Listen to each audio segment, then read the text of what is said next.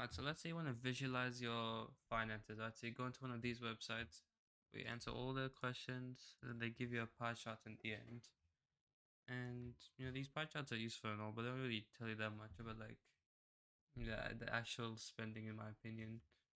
I'll get you another one in a second, like this one, for example. The same thing asks for all your expenses and your income, but it doesn't really. Just this pie chart, which in my opinion doesn't really tell you much. You can see like what percentage of your income is spending, but like you're not really seeing like how it's being spent or like what's the overall trend of your money. So I made this website here to solve that issue. So let's break down what we're looking at here. So here we have time, so we can see how far into the future we're looking into. You can see initial input is just how much money you have at the start, and then overall wealth, which doesn't really do much, but you'll see why that's useful later on. We have an add money flow button, which you can just add more money here, and we have the actual flows here. So here we have income. The names don't really matter. You can name whatever you want. Here it increases how much money we're getting. So we're getting $1,000. And frequency is how often. So we're getting $1,000 every day or every single unit on this graph. And it's a linear progression. I'll show you percentage later, but here we can also add anything else you want. Let's just name it expenses.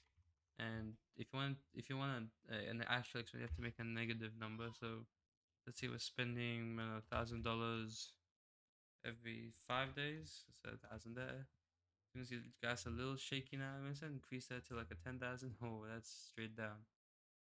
Uh, so this is more useful. And let's say you have a little more complicated money system going on.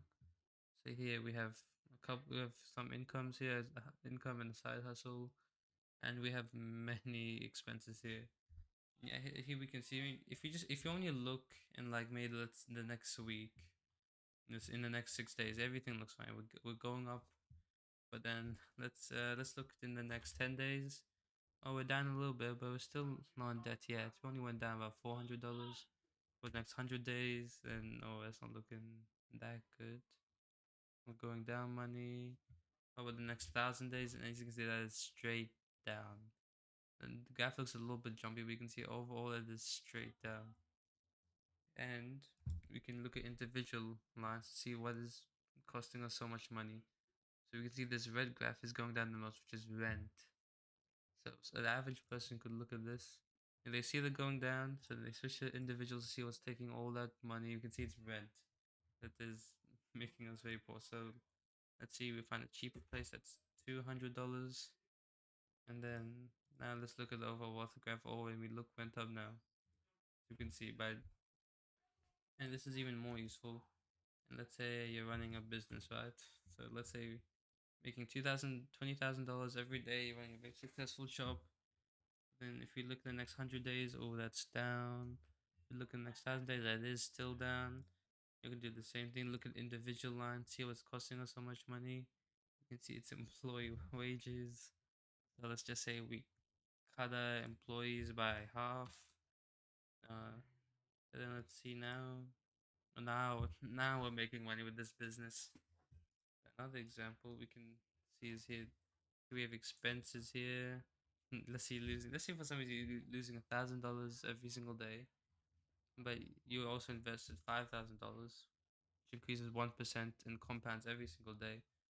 So for the first couple 100 days, 200, 300, 400, it seems we're not gonna make any money at all. But as you can see, the graph is slowly curving up, and eventually we start making money, and we can break down the wealth. And as you can see here, the difference between these two lines slowly gets bigger and bigger. You can look in the next 1,000 days, 10,000. I should not done that. It's gonna break the graph. Yeah, there are some performance limitations to this, but as you can see, we can use this to track our spending and see where our money is going. As you can see, so I think if you want to see where your money is going and you want to see how it's being spent over time, I think this tool is very useful.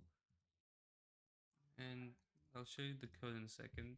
Everything here was done strictly through JavaScript. There's no real backend here. I was thinking of doing a backend, but I thought, yeah, I wanted to keep this website as simple as possible. I wanted to like remove, also wanted to remove any cost to myself. Financially speaking, it's probably the best idea. Make sure there's no running costs for the website. So everything runs purely through JavaScript. All of this code is running straight through this, and some libraries here. And so I still haven't put the website up on a domain or anything. This is the first website I'm planning on putting on the internet, so I'll look into my options for a little bit. As of right now, this is basically the finished build. I want to pretty up a little bit. As you can see, it's pretty empty. There's nothing going on the sides. If you have any ideas how to pretty up the website, I'd appreciate that. But otherwise, this is the finished product. So that's all I have to say. I hope you enjoyed looking at this website, and goodbye.